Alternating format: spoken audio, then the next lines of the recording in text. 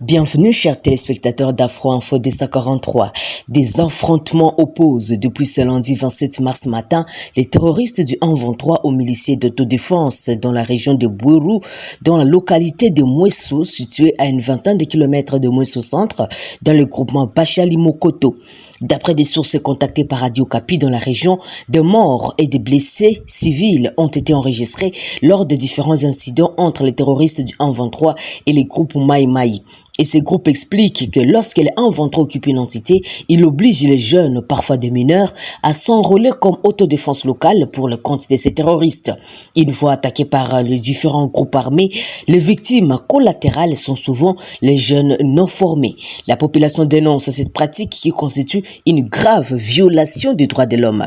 À cela s'ajoutent les exactions qui sont commises par ces terroristes. Le même source renseigne que les terroristes du 123 soutenus par le militaire RDF sont en train de renforcer leur position dans certaines zones stratégiques, notamment vers Kiahemba en groupement Bukombo, mais aussi vers Muhongozi et Kichanga en dépit de la calmie relative qui s'y observe ces derniers jours. La situation est calme aux alentours de Mouchaki après un incident enregistré samedi dernier. La force régionale de l'EAC a affirmé avoir repoussé une attaque d'un groupe armé local contre la population dans un village proche de Mouchaki. 2 civils ont été acheminés à l'hôpital à Goma par les contingents burundais de la force de l'EAC déployée à Mouchaki, a précisé le porte-parole de forces régionales.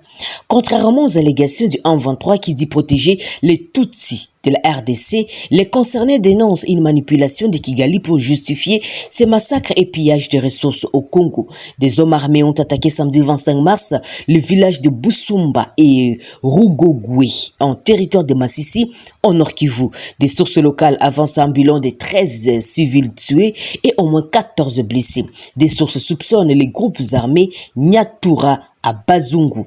Autre nouvelle, depuis l'annonce du déploiement des troupes angolaises au Maniema, des spéculations enflent au sein de l'opinion locale. Malgré la mise au point faite par les autorités, beaucoup d'habitants pensent que ces militaires viendraient pour recevoir les démobilisés du terrorisme du 123 et autres réfugiés dans cette province.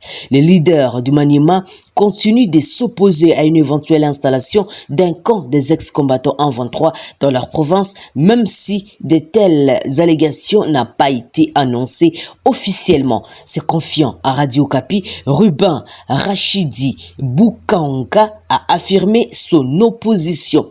Tout le monde sait que la population n'est pas d'accord avec la présence de ces contingents angolais chez nous.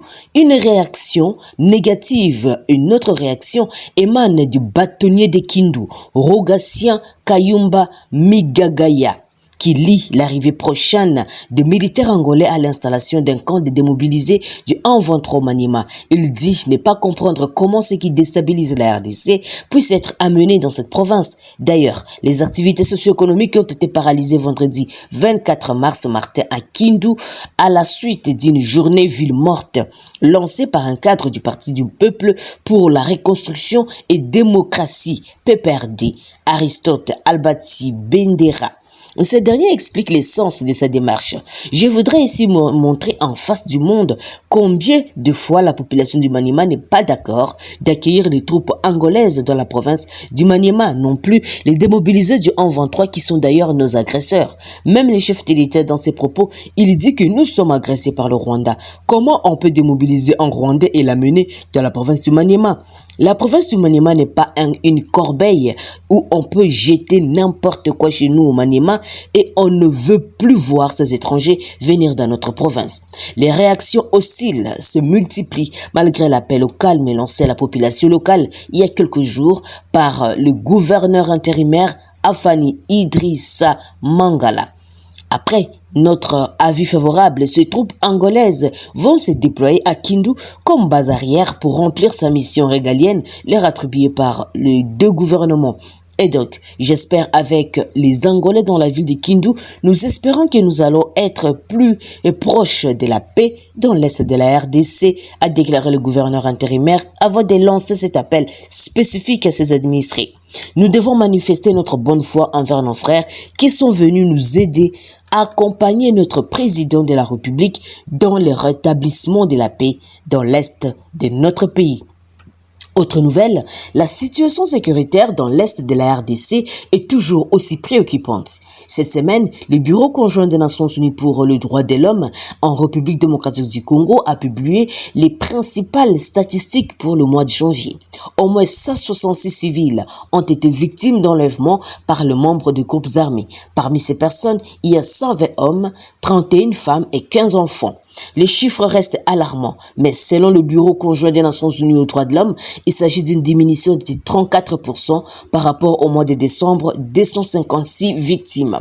La province du Nord Kivu demeure la plus touchée par les cas d'enlèvement, 116 cas, soit 70%, suivi du Sud Kivu, 29 cas, soit 17%, suivi de l'Ituri, 19 cas, soit 11%, et du Tanganyika, 2 cas, soit 1%.